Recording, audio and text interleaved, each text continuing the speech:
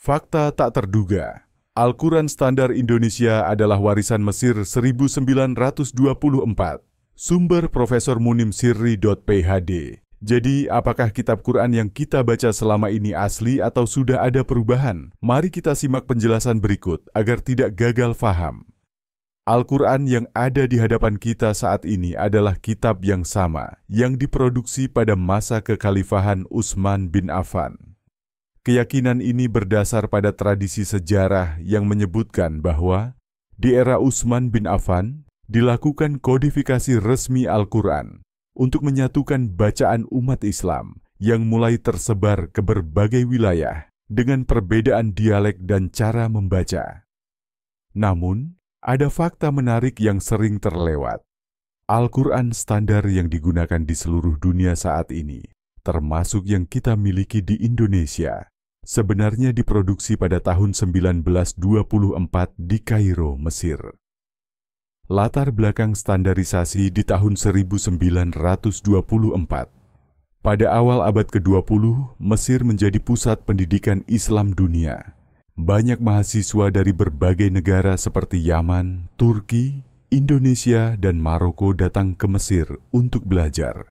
Mereka membawa Al-Quran sesuai versi bacaan yang berlaku di daerah mereka. Perbedaan bacaan ini mengacu pada 7 qiraat mutawatir yang memang dibenarkan secara syariat. Misalnya, sebagian umat Islam di Yaman dan Maroko menggunakan bacaan qiraat Warsh, sementara mayoritas umat Islam di Indonesia menggunakan bacaan qiraat Hafs an Asim. Keberagaman ini berpotensi menimbulkan kebingungan, terutama bagi pelajar yang tidak memahami perbedaan tersebut. Melihat situasi ini, pemerintah Mesir melalui Kementerian Dalam Negeri membentuk sebuah komite pada tahun 1924 untuk menetapkan satu versi teks Al-Quran yang standar. Tujuannya adalah menyatukan teks Al-Quran yang digunakan di berbagai wilayah agar umat Islam memiliki rujukan yang seragam. Proses penyatuan dan tantangannya. Proses standarisasi ini tidak mudah. Ada perdebatan panjang di kalangan ulama dan masyarakat. Beberapa tantangan utama adalah 1. Keberagaman qiraat. Menentukan qiraat mana yang akan dijadikan standar utama. Komite akhirnya memilih qiraat Hafs an Asim yang pada masa itu sudah populer di banyak wilayah. 2. Penolakan terhadap pencetakan.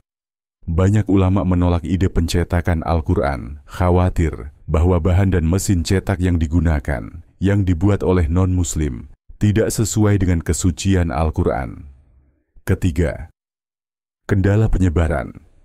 Setelah diterbitkan, penyebaran versi standar ini memerlukan sokongan finansial besar. Dengan dukungan dana dari Kerajaan Saudi Arabia, Al-Quran Standar edisi tahun 1924 ini mulai dicetak dan disebarluaskan ke berbagai negara. Versi inilah yang akhirnya menjadi acuan utama umat Islam, termasuk di Indonesia. Hubungan dengan Mushaf Utsmani. Meskipun disebut sebagai produk tahun 1924, Al-Quran ini tetap mencantumkan istilah Rasm Utsmani pada halaman depannya. Hal ini merujuk pada format penulisan dan sistem rasm ortografi yang disesuaikan dengan mushaf yang disusun di masa kekhalifahan Utsman bin Affan.